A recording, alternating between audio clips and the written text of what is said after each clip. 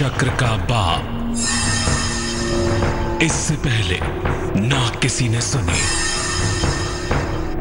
ना किसी ने देखी इतनी सटीक भविष्यवाणी। चाल चक्र। नमस्कार, बहुत स्वागत है आपका। आप देख रहे हैं चाल चक्र। मैं हूं आपके साथ शैलेंद्र पांडे। आज ज्योतिष के हिसाब से एक ऐसी तिथि है, ज्योतिष की गणनाओं के हिसाब से एक ऐसा मौका है जिस मौके का सही इस्तेमाल करके हम अपनी कुंडली के मंगल की समस्याओं को दूर कर सकते हैं। एक ऐसा बड़ा मौका, एक ऐसा बड़ा मामला है आज, जिस दिन छोटे छोटे उपायों से हम मंगल की समस्याओं से छुटकारा भी पा सकते हैं। तो पूरा मामला क्या है, क्या बताने वाले हैं चाल चक्र में, चलिए पहले यही जानते हैं कि आज चाल चक्र में हम क्या खास चर्चा करने वाले हैं। आज चाल चक्र में बात करने वाले हैं भौम प्रदोष के बारे में। आज आपको बताएंगे कि भौम प्रदोष क्या होता है, भौम प्रदोष का पूरा मामला क्या होता है, कैसे आज भौम प्रदोष पर पूजा उपासना करेंगे, इस भौम प्रदोष पर मंगल की समस्याएं कैसे दूर होंगी, विशेषकर कर्ज की समस्याओं से छुटकारा कैसे मिलेगा, राशियों की होगी सटीक भविष्यवाणी और होगा आज का शुभ पहर भी आपकी जानकारी के लिए। तो बात भौम प्रदोष की होगी, मंगल की समस्याओं को दूर करने के उपायों की होगी, लेकिन सबसे पहले बात होगी आज के पंचांग की। आज तिथि है चैत्र शुक्ल त्रयोदशी। जैसा कि पहले भी कहा कि आज भौम प्रदोष है, तो तिथि है चैत्र शुक्ल त्रयोदशी। नक्षत्र है आज का उत्तरा फाल्गुनी नक्षत्र। चंद्रमा आज कन्या राशि में रहेंगे और चंद्रमा की ये पोजीशन बहुत हद तक डिसाइड करेगी कि आपका दिन कैसा जाएगा, कितना अच्छा होगा, कितना बुरा होगा। एक सहूलियत, एक सहायता होगी अपने दिन की गणनाओं को समझने के लिए। राहु काल का जो समय होगा जिसमें आप कोई भी नया और शुभ कार्य नहीं करेंगे, वो समय होगा शाम को 3 बजे से 4:30 तक। और उत्तर दिशा की तरफ आज यात्रा करने की मनाही है, लेकिन अगर यात्रा करना जरूरी है, मजबूरी है आपकी, तो बेहतर होगा जरा सा गुड़ खाकर और भगवान का स्मरण करके अगर आप यात्रा करेंगे तो मुश्किल से बचे रहेंगे। सबसे पहले समझते हैं कि दरअसल भौम प्रदोष होता क्या है, क्यों कह रहे हैं कि आज भौम प्रदोष की तिथि है। पूरा मामला क्या है भाई? भौम का जो अर्थ होता है वो होता है मंगल। मंगल का एक नाम है भौम, मंगल का एक नाम कुज भी है, तो उसी क्रम में मंगल का एक नाम भौम है। और प्रदोष का अर्थ होता है त्रयोदशी तिथि। जैसा कि आपको बताया कि आज है चैत्र शुक्ल त्रयोदशी, तो मंगलवार को जब त्रयोदशी पड़ती है तो इसको कहते हैं भौम प्रदोष। यानी भौम का अर्थ मंगल और प्रदोष का मतलब त्रयोदशी तिथि। तो मंगलवार के दिन त्रयोदशी तिथि पड़ने से वो पूरी तिथि हो जाती है भौम प्रदोष। अब प्रदोष के जो स्वामी बताए जाते हैं वो बताए जाते हैं भगवान शिव, और जो भौम अर्थात मंगलवार के देवता बताए जाते हैं वो बताए जाते हैं हनुमान जी। तो तिथि के हिसाब से भगवान शिव और दिन के हिसाब से बजरंग बली, दोनों की कृपा इस दिन मिल सकती है। दोनों की पूजा अमूमन भौम प्रदोष के दिन की जाती है। भौम प्रदोष के दिन शिव जी की उपासना करने से हर दोष का नाश होता है। कोई भी दोष हो, जीवन की कोई भी समस्या हो, अगर आप देवाधिदेव महादेव की पूजा करें, वो वैसे भी भक्तों के हलाहल का पान कर लेते हैं, भक्तों के विष को ग्रहण कर लेते हैं। इसीलिए अगर भौम प्रदोष के दिन भगवान शिव की पूजा की जाए तो यकीनन जीवन के हर दोष का नाश होता है। प्रदोष का अर्थ होता ही है जिस दिन जीवन के हर दोष का नाश किया जा सके, जो कि आज है। और आज अगर आप बजरंग बली की पूजा करें, हनुमान जी की पूजा करें, तो शत्रु बाधा शांत होती है। हालांकि देवी देवता के लिए कोई शत्रु या मित्र नहीं होता, लेकिन चूंकि मानव के जीवन में हमारे बड़े सारे विरोधी होते हैं, बड़े सारे मित्र और शत्रु होते हैं, तो हनुमान जी की पूजा करने से शत्रु बाधा शांत होती है और कर्ज से छुटकारा भी आज के दिन मिल पाता है। शास्त्र कहता है कि भौम प्रदोष के दिन, अर्थात जब भी त्रयोदशी तिथि मंगलवार के दिन पड़े, भौम प्रदोष का अवसर आए, तो उस दिन हनुमान जी की पूजा तो करेंगे ही, भगवान शिव की पूजा तो करेंगे ही। अगर उपवास रखें, अगर व्रत रखें, तो गोदान का फल मिलता है, अर्थात गाय दान करने का फल मिलता है और उत्तम लोक की प्राप्ति होती है। कभी चर्चा करेंगे आपके साथ कि इस भौतिक जगत के अलावा, इस पृथ्वी लोक के अलावा तमाम अन्य लोक भी हैं। उसमें भी तमाम ऐसे लोक हैं जो देवी देवताओं के लोक हैं, जिनको मोटी बोलचाल की भाषा में आप स्वर्ग नरक कहते होंगे। तो वैसे उत्तम लोक की प्राप्ति होती है जब व्यक्ति भौम प्रदोष का व्रत रखता है, भगवान शिव और भगवान हनुमान की शरण में जाता है, तो उसे उत्तम लोक की प्राप्ति होती है। बहुत काल तक उसे आनंद के सूक्ष्म लोक में रहने का अवसर प्राप्त होता है। तो भौम प्रदोष का पूरा मामला क्या हुआ? 3 बातें हुई। पहला, त्रयोदशी तिथि के दिन मंगलवार पड़ेगा तो भौम प्रदोष होगा। दूसरा, हनुमान जी और भगवान शिव की पूजा की जाएगी इस दिन। और तीसरा, इस दिन पूजा उपासना करके मंगल की समस्याओं को दूर कर सकेंगे और जीवन के तमाम दोषों को नष्ट कर सकेंगे। अब ये जानते हैं कि भौम प्रदोष के दिन अर्थात आज के दिन सामान्य रूप से हम कैसे उपासना करेंगे, कैसे पूजा करेंगे। प्रातः काल उठकर पूजा का संकल्प लेंगे। अब प्रातः काल तो बीत चुका है, बहुत सारे लोग उठ भी चुके हैं और संकल्प नहीं भी लिया होगा, तो कोई बात नहीं, अभी मौका है आपके पास। अभी आप संकल्प ले लें कि मैं आज भौम प्रदोष की पूजा करूंगा या भौम प्रदोष की पूजा करूंगी, ये संकल्प लेंगे। इसके बाद ईशान कोण में पूर्व उत्तर के कोने में शिव जी की स्थापना करेंगे। शिव जी की मूर्ति, शिवलिंग या शिव जी का चित्र पूर्व उत्तर के कोने में ईशान कोण में स्थापित करेंगे। ईशान का एक अर्थ शिव भी होता है, ये बात याद रखिएगा। इसीलिए ईशान कोण में शिव जी की स्थापना करके उनकी पूजा करने को सर्वोत्तम माना जाता है। भगवान शिव को पुष्प अर्थात फूल, धूप, द्वीप, नैवेद्य अर्थात मिठाई या कुछ भी आहार, ये सब उनको अर्पित करेंगे। और कुश के आसन पर बैठकर, कुश एक विशेष तरह की घास होती है, इसको सुखाकर इसका आसन बनाते हैं, इस पर बैठ के मंत्रों का जप होता है। तो भगवान शिव के मंत्रों का जप करने के लिए भी कुश के आसन पर बैठ के आज मंत्रों का जप करिएगा। और कुश का आसन का मतलब होता है कि कोई भी ऐसी चीज जो इलेक्ट्रिसिटी की कंडक्टर ना हो, यानी आप जब उस आसन पर बैठ के साधना करें, पूजा करें, मंत्र जप करें, तो शरीर से निकलने वाली ऊर्जा जमीन में ना चली जाए, इसके लिए कुश के आसन पर बैठ के भगवान शिव के मंत्रों का जप करेंगे। आप चाहें तो मोटे दरी का इस्तेमाल कर सकते हैं, मोटे कंबल का इस्तेमाल कर सकते हैं और इस पर बैठ के भगवान शिव के मंत्रों का जप कर सकते हैं। इसके बाद आप भगवान शिव से अपनी समस्याओं के अंत होने की प्रार्थना करिएगा। याद रखिए, ये सृष्टि शिव के मन से प्रकट होती है और शिव के मन में ही लीन हो जाती है। इसीलिए कोई भी समस्या उनकी सत्ता के बाहर न तो पैदा हो सकती है और न ही पैदा हुई है। इसीलिए आप भगवान शिव के सामने अपनी प्रार्थना रखेंगे तो यकीनन अपने भक्तों की प्रार्थना वो पूरी करेंगे। निर्धनों को, गरीबों को भोजन कराएंगे आज के दिन। और ख़ासतौर से गर्मी का प्रचंड समय चल रहा है, भोजन ना भी कराएं तो कम से कम जल पिलाएं, शरबत पिलाएं, जल की व्यवस्था करें तो बड़ा सुंदर अवसर हो जाएगा। और अगर ये पूजा प्रदोष काल में की जाए, क्योंकि प्रदोष की पूजा है ये, आज भौम प्रदोष है, अगर ये पूजा प्रदोष काल में की जाए, यानी प्रदोष की पूजा प्रदोष काल में हो तो बहुत उत्तम होगा। प्रदोष काल कब होता है? सूर्यास्त के 45 मिनट पहले और सूर्यास्त के 45 मिनट बाद का जो समय है, ये प्रदोष काल का समय है। तो आज तिथि है प्रदोष की, और ऐसी दशा में अगर प्रदोष काल में यानी सूर्यास्त के लगभग आप शिव जी और हनुमान जी की पूजा करें तो बहुत हद तक आपकी पूजा बहुत ज़्यादा फलदायी हो पाएगी। जीवन के तमाम दोषों को दूर करने के लिए आज हम पूजा उपासना करेंगे। प्रदोष के दिन पूजा उपासना का क्रम दोहराएंगे। असाध्य रोग अगर आपको हो गए हैं, कोई ऐसी बीमारी हो गई है जल्दी ठीक नहीं होती, आप लगातार उस बीमारी से जूझ रहे हैं, परेशान हैं, तो असाध्य रोगों से मुक्ति के लिए क्या करेंगे? देखिए, प्रातः काल लाल वस्त्र धारण करके हनुमान जी की उपासना करिए। अभी तो खैर समय है, सूर्यास्त के पहले आप जब भी चाहें लाल वस्त्र पहनकर हनुमान जी की उपासना करें, और नहीं तो सादा और साफ वस्त्र पहनकर लाल चादर ओढ़ लें, लाल कपड़ा ओढ़ लें और उसके बाद हनुमान जी की उपासना करें। हनुमान जी को लाल फूलों की माला अर्पित करें। लाल फूलों की माला हनुमान जी के चरणों में चढ़ाएं या हनुमान जी को गले में पहना दें। अगर महिला हैं तो उनके चरणों में रखेंगी, पुरुष हैं तो उनको गले में भी पहना सकते हैं। इसके बाद दीपक जलाइए और गुड़ का भोग लगाइए। हनुमान जी को लाल पुष्प अर्पित करके दीपक जला देंगे। एक मुखी दीपक होगा, एक बाती होगी, घी का दीपक हो सकता है, तिल के तेल का दीपक हो सकता है। ये आप हनुमान जी के सामने जलाइए और उन्हें गुड़ का भोग लगाइए।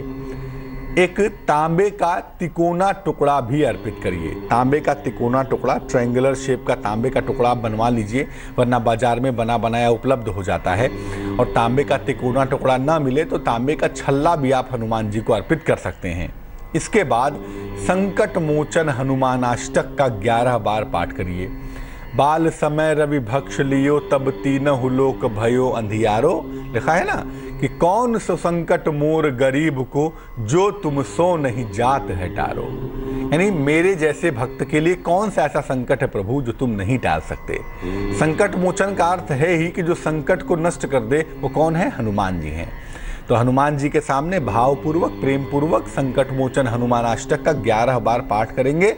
108 गुणे 11 की तो खैर माला हो जाती है, इतना तो नहीं पढ़ सकते, लेकिन 11 बार। और अगर मान लिया 11 बार पढ़ना भी कठिन होता है तो कम से कम 3 बार संकट मोचन हनुमानाष्टक का पाठ करिएगा।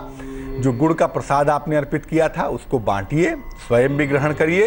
तिकोना टुकड़ा अपने गले में आप धारण कर सकते हैं, लाल धागे में अपने पास रख सकते हैं। और अगर आपने छल्ला अर्पित किया है तो छल्ले को अपने उंगली में, किसी भी उंगली में सीधे हाथ में पहन लें, और नहीं तो उसको भी लाल धागे में डालकर गले में पहन लेना आपके लिए बेहतर होगा। तो बड़ा सरल सा उपाय है। अगर आज के दिन संकट मोचन का पाठ किया जाए, हनुमान जी की शरण में जाके उनसे प्रार्थना की जाए, तो ज्योतिष कहता है, परंपरा कहती है कि ऐसा करने से आपको सेहत की समस्याओं से छुटकारा मिलेगा, सेहत की मुश्किलें आपकी दूर हो पाएंगी। अब वर्तमान समय में, आधुनिक समय में जीवन जीने के लिए भी, जीवन को चलाने के लिए भी कर्ज लेना नितांत आवश्यक होता जा रहा है।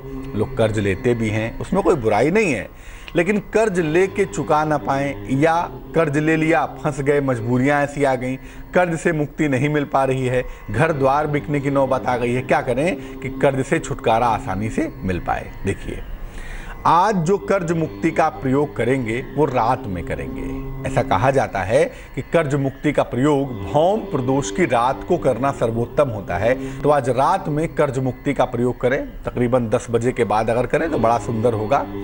रात को हनुमान जी के सामने घी का एक दीपक जलाएंगे। जैसा पहले भी कहा कि एक मुखी घी का दीपक हनुमान जी के सामने जला लें, घी का जला लें, तिल के तेल का जला लें, जला लेंगे। इस दीपक में 9 बातियां लगाएंगे, थोड़ी बड़ा दीपक लेंगे, उसमें 9 बातियां लगा के हर बाती जला लेंगे। और नहीं तो सिर्फ एक मुखी दीपक जलाएंगे जिसमें सिर्फ एक बाती होगी और उसका एक सिरा जलाएंगे। ये बाती होगी, ये दीपक होगा घी का या तिल के तेल का। इसके बाद हनुमान जी को उतने लड्डू अर्पित करेंगे जितनी आपकी उम्र है। मंत्र एक जपेंगे, लेकिन पहले लड्डू अर्पित करेंगे। लड्डू जैसे मान लिया आपकी उम्र है 40 साल, तो 40 लड्डू आप हनुमान जी को अर्पित करें। अगर वो भी खरीद पाना संभव ना हो तो आप एक ही लड्डू को हनुमान जी के सामने रखकर आप उनसे प्रार्थना करेंगे कि भैया मेरी सामर्थ्य इतनी ही है, मैं एक ही लड्डू के रूप में आपको 40 लड्डू अर्पित कर रहा हूँ। और अर्पित करने के बाद हनुमान जी के सामने प्रेम से बैठ जाएंगे और एक मंत्र जपेंगे। विशिष्ट मंत्र है, मंत्र देखिए स्क्रीन पर। मंत्र है हं हनुमते रुद्रात्मकाय हूम फट। हं हनुमते रुद्रात्मकाय हूम फट। इस मंत्र का 11 माला जप करेंगे। 108 मंत्रों की एक माला मानी जाती है, तो 11 गुणे 108 बार इस मंत्रों का जप करेंगे। इसके बाद सारे लड्डुओं को आज रात में बांट सके रात में बांट देंगे या कल सुबह बांट देंगे। और याद रखिए, हनुमान जी भक्ति के परम प्रतीक माने जाते हैं। इसीलिए जब कोई भक्त अपनी भक्ति प्रस्तुत करता है ना हनुमान जी को, तो यकीन मानिए उसकी मुश्किल दूर हो जाती है। और ऐसा कहते भी हैं कि कलयुग में अगर कोई जागृत देवता है, अगर कोई जीवंत देवता है, तो वो हनुमान जी हैं। तो सारे लड्डू बांट देंगे, हनुमान जी से प्रार्थना करेंगे, तो कर्ज से छुटकारा पाने में थोड़ी सुविधा होगी, थोड़ी सरलता होगी। अब अंतिम बात, मंगल की समस्या केवल कर्ज तक नहीं होती। मंगल की समस्या केवल ये भी नहीं होती कि आप मंगल संबंधी समस्या में फंस गए हैं। मंगल की बड़ी सारी समस्याएं होती हैं, कभी चर्चा करेंगे आपके साथ। लेकिन याद रखिए कि अगर मंगल संबंधी कोई भी समस्या है तो क्या उपाय करेंगे। कोई भी प्रॉब्लम हो तो क्या समस्या है, कैसे इसको निपटेंगे भाई। सूर्यास्त के बाद हनुमान जी के मंदिर चले जाइएगा। आज शाम को सूरज ढलने के बाद हनुमान जी के मंदिर चले जाएंगे, उनका संपूर्ण श्रृंगार करवाएंगे। हनुमान जी को चमेली का तेल, सिंदूर अच्छी तरह लगवाएंगे, खुद लगा सके तो बड़ा अच्छा है। लेकिन चांदी के वर्क का श्रृंगार में प्रयोग ना करेंगे, क्योंकि चांदी का जो वर्क होता है ना, उसको जानवरों की आंत में रख के पीट पीट के चांदी का वर्क बनाते हैं, तो वो सात्विक मामला नहीं होता। इसीलिए चांदी के वर्क का श्रृंगार में प्रयोग नहीं करेंगे। श्रृंगार के बाद हनुमान जी के सामने खड़े हो जाएं या बैठ जाएं और हनुमान चालीसा पढ़ेंगे। श्री गुरु चरण सरोज रज निज मन मुकुर सुधारी, बरनउ रघुवर बिमल जस जो दायक फलचारी। तो हनुमान चालीसा पढ़ेंगे और हनुमान चालीसा पढ़ने के बाद आरती करेंगे। आरती की जय हनुमान लला की, दुष्ट दलन रघुनाथ कला की। आरती करने के बाद जितना भी करा सकें निर्धनों को, गरीबों को यथाशक्ति भोजन कराएंगे। भोजन करा पाना संभव न हो तो कम से कम प्रसाद बांटेंगे और हनुमान जी के सामने खड़े होकर बैठ के उनसे प्रार्थना करेंगे कि भाई जीवन में जो भी अमंगल है, जो भी मुश्किलें हैं, वो दूर हो जाएं। ऐसा तो हो ही नहीं सकता कि किसी व्यक्ति के जीवन में अमंगल ना हो, किसी व्यक्ति के जीवन में मुश्किल ना हो। लेकिन जब आप अपने गुरु, अपने ईश्वर के संपर्क में, उनके शरण में जाते हैं तो ये मुश्किलें आती हैं और चली जाती हैं, आपको जीवन में आगे बढ़ा देती हैं।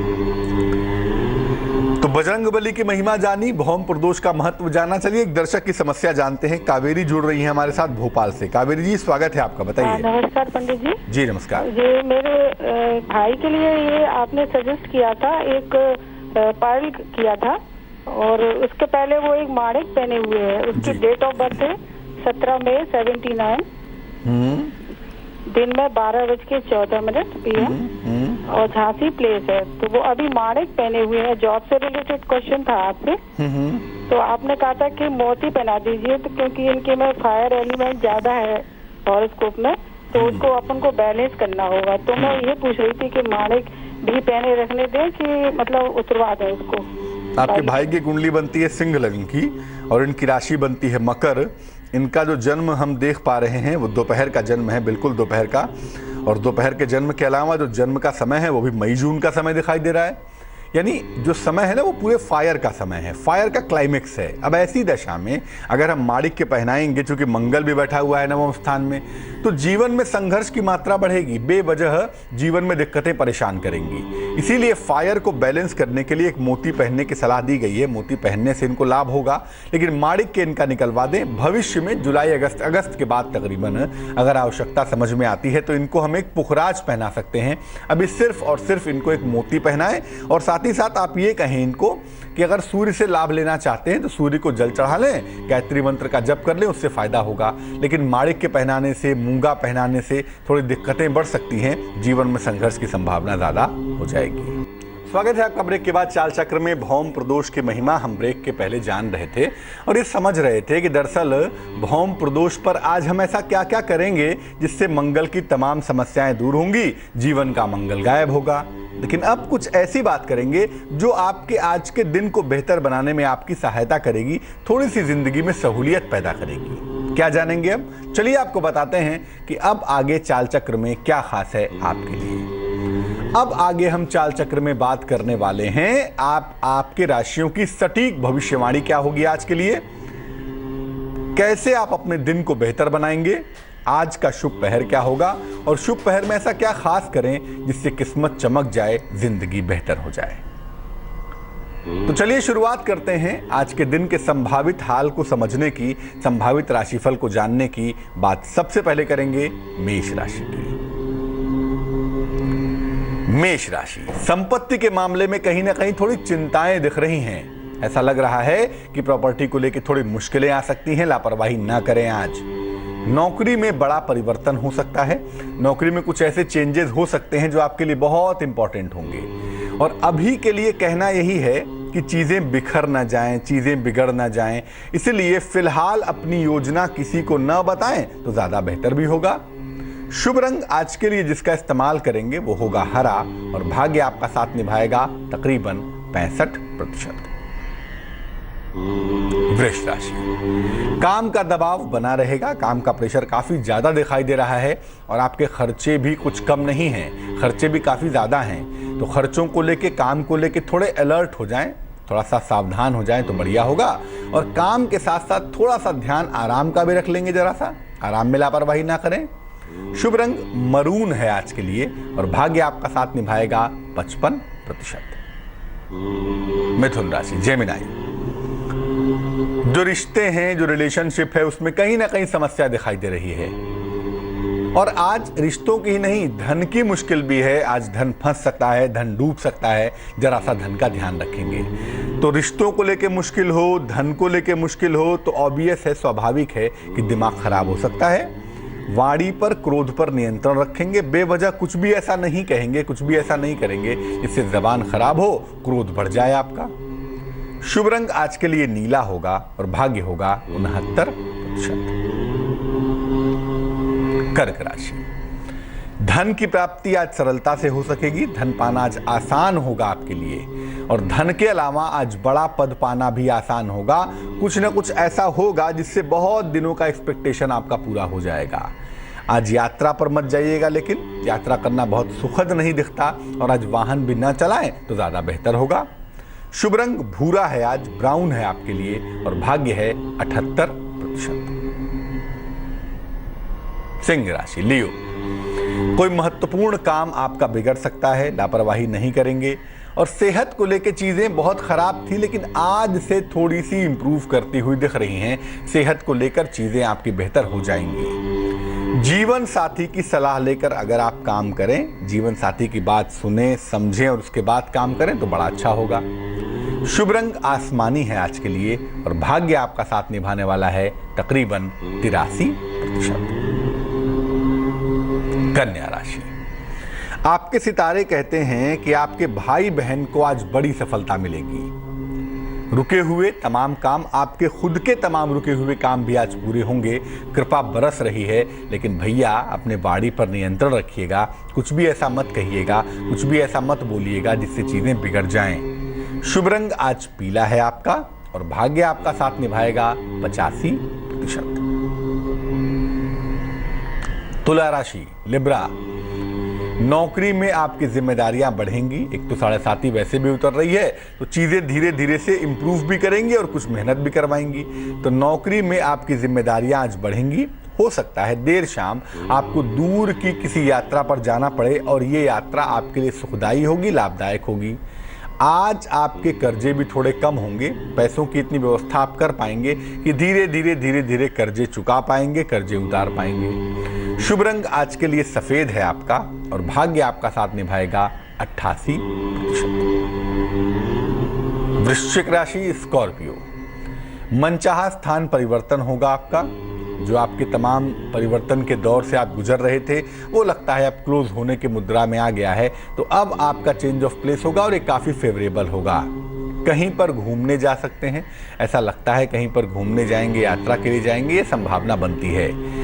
आपका मनोरंजन पर धन आज खर्च होगा। थोड़ा सा पैसा इंटरटेनमेंट में, घूमने में, फिरने में, आनंद लेने में आप खर्च करेंगे। शुभ रंग नारंगी है आज। और भाग्य है आपके पास 81%। धनु राशि, काम का प्रेशर थोड़ा सा कम हो गया है, तो ऐसा लग रहा है कि दिन आज आलस से भरा रहेगा। आप आराम के मूड में रहेंगे। आपके परिवार में आज खुशहाली आती हुई दिखती है।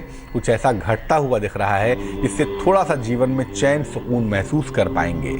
संतान प्राप्ति के सुंदर योग भी बन रहे हैं। संतान प्राप्ति की मुश्किलें आपकी दूर हो जाएंगी आज। शुभ रंग लाल है आज। और भाग्य काफी अच्छा है। भाग्य है आपके पास 75%। मकर राशि, कैप्रिकॉर्न। देखिए, आर्थिक रूप से आपकी मजबूती आएगी।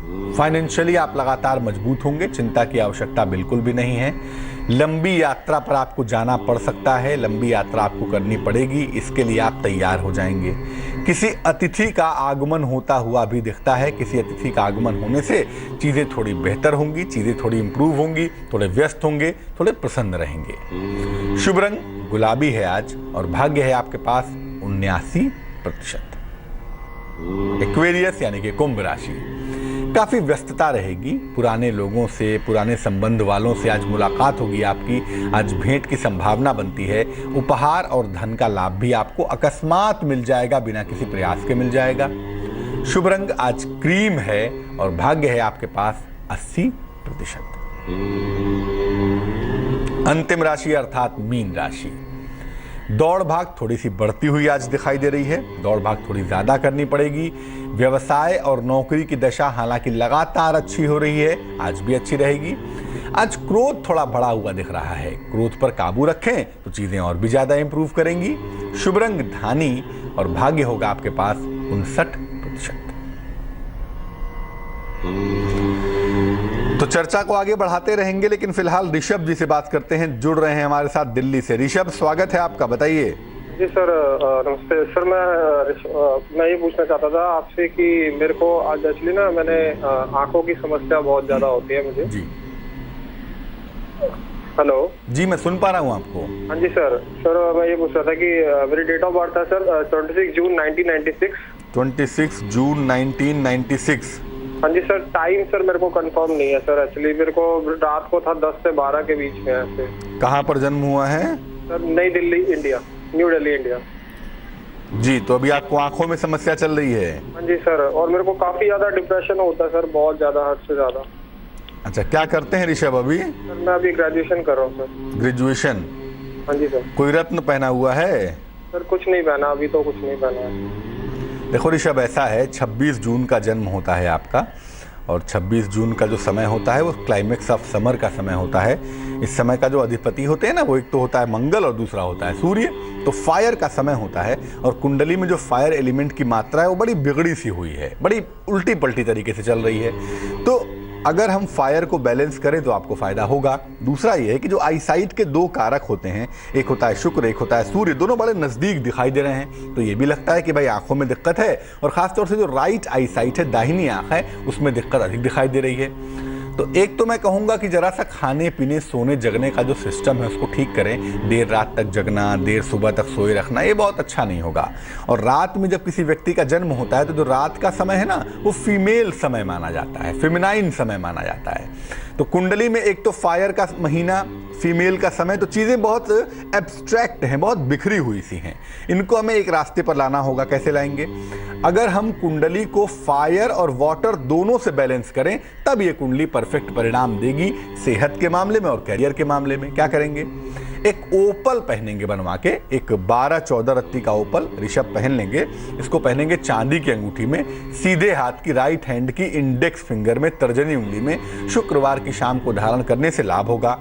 और दूसरा ये है कि आप लाल रंग की चीज़ों का इस्तेमाल कम से कम करें, लाल वस्त्र कम धारण करें तो बड़ा सुंदर होगा। तो ये दो काम आप करें, मुझे लगता है लाभ होगा। और जरा सा खाने पीने सोने जगने का सिस्टम भी अच्छा करें तो मुश्किलें आपकी दूर हो जाएंगी, समस्या आपकी गायब हो जाएगी। चलते हैं दिल्ली वापस और बात करते हैं पवन जी से। स्वागत है पवन जी, बताइए। हाँ नमस्कार पंडित जी। जी नमस्कार, बताइए। मैं फुल सर्वा बोल रहा हूँ, बहुत दुखी आत्मा से बात कर रहा हूँ आपसे आज। मेरे एक लड़की है जी। लड़का भी वही है, लड़की भी वही है। वो लड़की शादी करने को राजी नहीं हो रही है। अच्छा, आप जन्म की तारीख बताइए अपनी बेटी की। 27 अगस्त 1991। 27 अगस्त 1991। समय बताइए। समय है दोपहर के 4:20 पे। और कहाँ पे जन्म हुआ है? दिल्ली में हुआ है। अच्छा, तो दिक्कत क्या कहती है बेटी? शादी नहीं करेंगे? शादी करेगी, करती है, पता नहीं लड़का कहीं पसंद कर रखा है उसने। और मैं भी रिटायर हुआ 31 मार्च को टेलीफोन विभाग से। मैं बहुत परेशान हूँ, ब्राह्मण के नाते आपसे करबद्ध निवेदन कर रहा हूँ। अच्छा, आप परेशान ना हो। सबसे पहले देखिए, मैं बता दूं, आपकी बेटी की जो कुंडली बनती है वो धनु लग्न की बनती है। राशि आपकी बेटी की मीन दिखाई दे रही है, और इस कुंडली में जो आप जन्म का समय बता रहे हैं ना, वो समय होता है तकरीबन स्प्रिंग का समय, वसंत का समय है। और वसंत का जो स्वामी है ना, वो शुक्र है। शुक्र थोड़ा कमजोर दिखता है। तो ये बात बहुत हद तक सही दिखाई देती है कि आपकी बेटी का विवाह इनकी अपनी इच्छा से होगा, अपनी स्वयं की इच्छा से शादी करेंगी। और ये संभावना बहुत प्रबल दिखाई देती है इस साल के अंत तक जाते जाते, मतलब नवंबर दिसंबर में इस साल में इनकी शादी हो जानी चाहिए, ऐसा मुझे लगता है। लड़का कैसा है, लड़के की बेसिक चीज़ें कैसी हैं, उसका जीवन कैसा है, ये सब आप ज़रा देख लीजिए, जांच पड़ताल कर लीजिए। क्योंकि मुझे ऐसा लग रहा है कि जिस लड़के से शादी करना चाहती हैं शादी वहीं करेंगी और इनका वैवाहिक जीवन भी अच्छा रहेगा, कोई खास प्रॉब्लम नहीं है। तो आप अपनी तरफ से भी ज़रा जाँच पड़ताल कर लें। आप पिता हैं, आपका देखना ज़रूरी है, लेकिन अगर जाँच पड़ताल कर लेंगे, लड़की के साथ प्रेम से बात करेंगे तो मुझे लगता है चीज़ें सुलझ जाएंगी, मामला इतना गंभीर नहीं है। इस साल के अंत तक विवाह हो जाएगा। अब बेटी का वैवाहिक जीवन सुंदर हो, वैवाहिक जीवन सुखद हो, बेटी का तालमेल विवाह के बाद भी आप लोगों के साथ अच्छा रहे और उसके वैवाहिक जीवन की सुरक्षा हो जाए, इसके लिए हम इसे एक मोती पहना देंगे। एक 12-14 रत्ती की मोती चांदी की अंगूठी में सीधे हाथ की छोटी उंगली में सोमवार की रात्रि को पहनाने से लाभ होगा। और जरा सा आगे बढ़ के मामले को सुलझाइए, ये मामला सुलझ जाएगा। तो भौम प्रदोष की महिमा आपने जानी, आज के दिन का संभावित हाल जाना, हमने टेलीफोन कॉल्स भी लिए आपके। चलिए अब चलते चलते जान लेते हैं क्या है आज का शुभ पहर।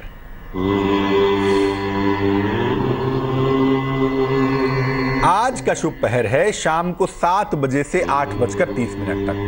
1.5 घंटे का ये खूबसूरत सा समय होगा। शाम को 7 बजे से 8:30 तक क्या करेंगे इसमें? इस समय में भगवान शिव को लाल फूल अर्पित करेंगे। लाल फूल भगवान शिव के चरणों में या शिवलिंग पर ले जाकर अर्पित कर देंगे। अगर कोई मंगल संबंधी समस्या है तो शुभ पहर की वजह से और भौम प्रदोष की वजह से ये समस्या शांत होगी, ये समस्या दूर होगी। लेकिन भगवान शुभ पहर का समय नोट कर लीजिए, शाम को 7 बजे से 8:30 तक ही ये प्रयोग करने पर आपको फायदा ज्यादा हो पाएगा।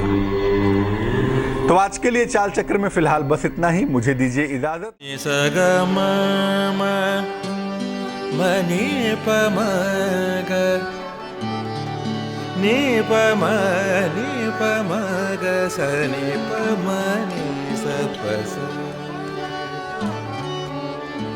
जहाँ तक